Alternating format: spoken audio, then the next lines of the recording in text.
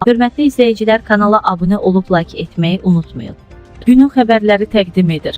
Elm və Təhsil Nazirliyinin Təhsilin İnkişafı Fondunun İdarə Heyətinə sədr əvəzi təyin olunub. Günün xəbərləri Qaynar.info AZA istinadla xəbər verir ki, Elm və Təhsil Naziri Emin Əmrullayevin müvafiq əmri ilə Təhsilin İnkişafı Fondunun İdarə Heyətinin sədri vəzifəsinin icrası Bayramlı İlqar Şakiroğluna tapşırılıb. Qeyd edək ki, bundan əvvəl Təhsilin İnkişafı Fondunun İdarə Heyətinin sədri Elnur Nəsibov vəzifəsindən azad edilib. İlqar Bayramlı 2024 ilin aprel ayında Emin Əmrullayevin müvafiq əmri ilə Nazirliyin Təhsilin İqtisadiyyatı şöbəsinə müdir təyin edilib. O, Ali Hərbi Məktəbdə müəllim, baş müəllim, Neftçi PFK Münstə Maliyyə şöbəsinin rəisi vəzifəsində çalışıb. Bundan başqa, Alyans Tekstil Münstə direktor, Capital Motors Münstə Maliyyə direktorunun müavini və direktor vəzifələrində fəaliyyət göstərib.